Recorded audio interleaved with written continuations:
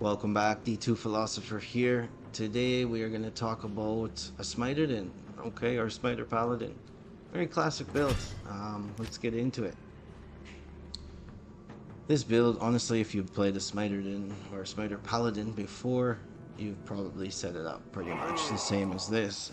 So for skills, let me check it out. Strength, obviously, just enough so you can wear your gear. Okay, dexterity, same thing. Actually, you want to make sure your dexterity is enough that you hit max block once you have Holy Shield activated. So, boom. Chance to block, 75%. Okay. Everything else goes into vitality. As much vitality as possible. Pretty standard build.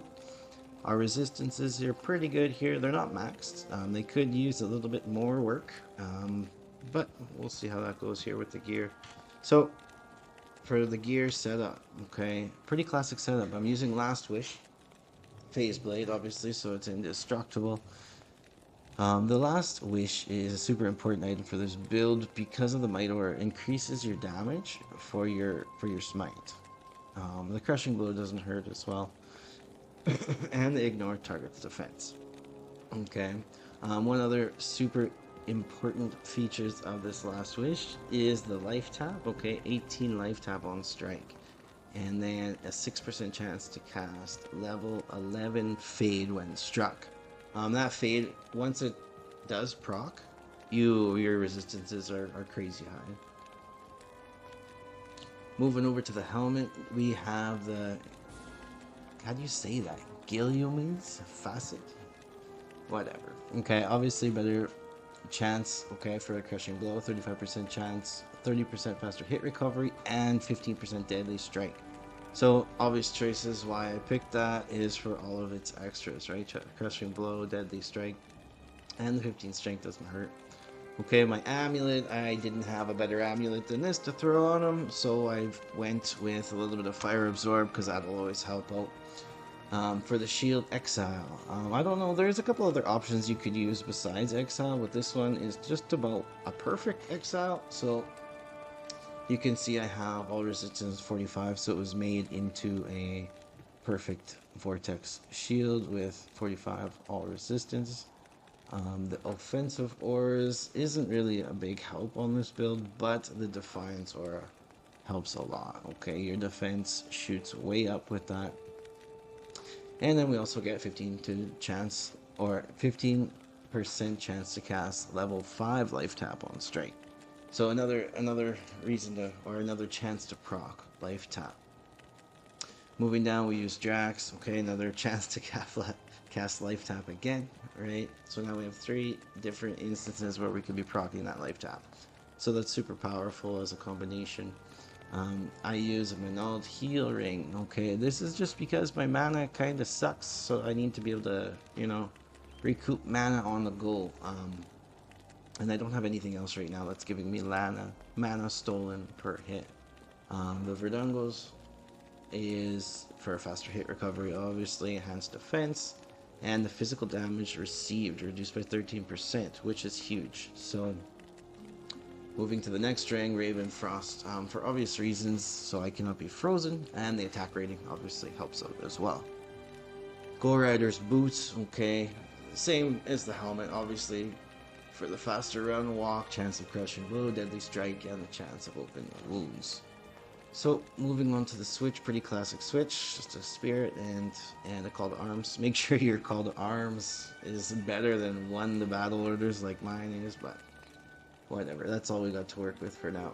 In the inventory is, for me, kind of just a bunch of random things I found along the way. So I got a torch, which is an awesome, and an amulet, which isn't awesome either, and then a couple of combat skiller, and then just random small charms that I've encountered.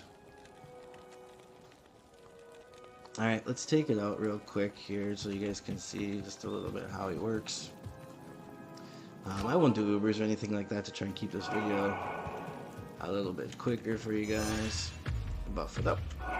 Okay. Put on your aura. And that's it.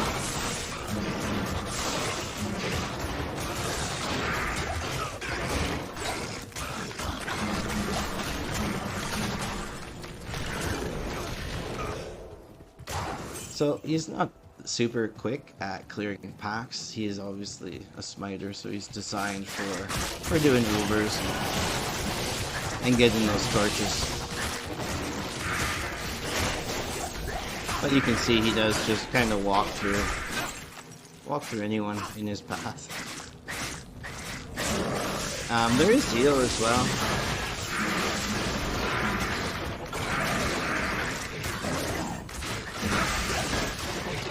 So in big groups like this, you just switch over to Zeal.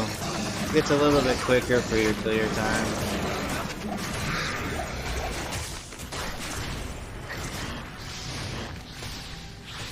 And that is a Smiter Paladin. So I guess I didn't even go over the skills with you here. Let's do that really quick.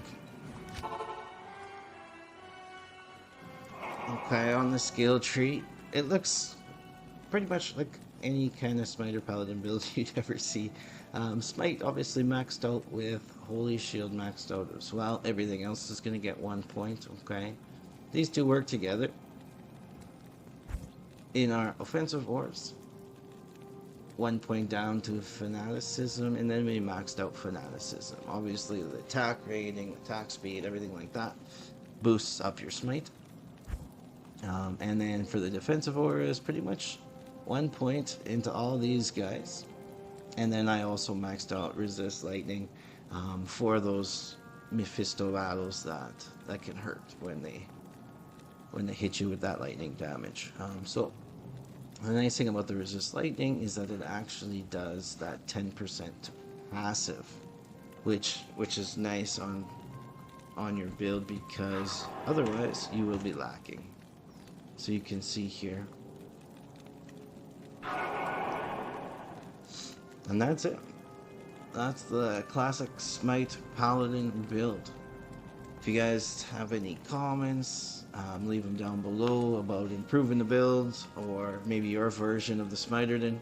Other than that, like and subscribe, and talk to you next time.